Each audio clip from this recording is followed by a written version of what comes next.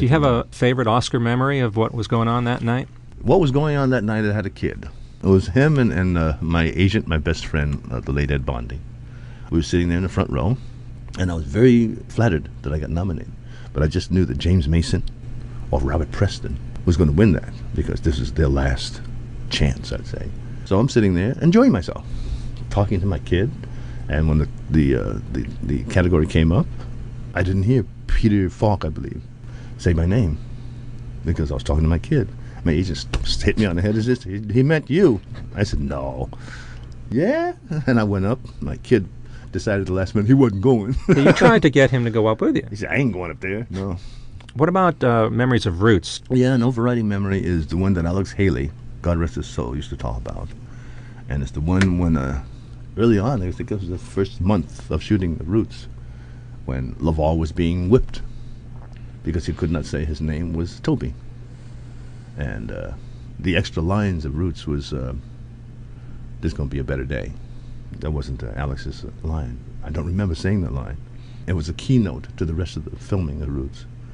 And that's the moment that LeVar reminds me of, Alex used to remind me of. That's probably the most important moment to me in show business. You wrote Handsome Johnny? That was sung by Richie Havens at Woodstock. Yeah, well, I wrote that song. I wrote it in 15 minutes during the time that the British had taken completely all of our Broadway theaters. Great theater, but we were out of work.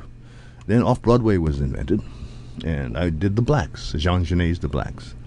Downstairs in this theater, I heard this music. I heard conga drums and stuff, so during a break I went downstairs. And they're singing some of these church songs. I went to the First Baptist Church of Coney Island, and they're singing some songs. Sometimes I feel like a mother's child, all that kind of stuff, work songs and stuff. And they're passing this basket, and the basket was full of money. I thought I could do that. So during that evening, I got a conga drum and sang some of the songs and had a basket full of money. Then I got a guitar and had three chords, which is 3,000 songs, and I got a basket full of money, 2 baskets full of money.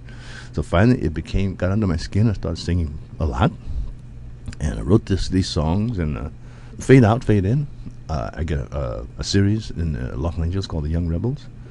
All my guitars and all my money I give to Richie Havens, and I say goodbye. The series fails, and I'm being put out of the house 8 months later. That morning, I got an envelope with a residual check.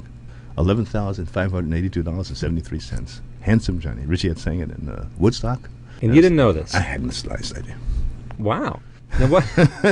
So you weren't obviously were not at Woodstock then to see him do this. Well, he had done it, but I missed him because I got stuck in the mud. Do you think that people are going to remember your career more for Sergeant Foley or for Fiddler? Sergeant Foley. It was more universal. Really, despite the huge audience that Roots got. Roots. It's a very, very funny anecdote on that. There's a lady at the airport in Los Angeles who says that my father would be very proud of me. I say, thank you very much. But she thinks that my father played Roots and the son played an officer and gentleman. Because during Roots, I changed my name to Lou Gossett Jr. rather than Lou Gossett. Roots did have the larger audience, but an officer and gentleman had a longer memory thing, especially on men, all across around the world.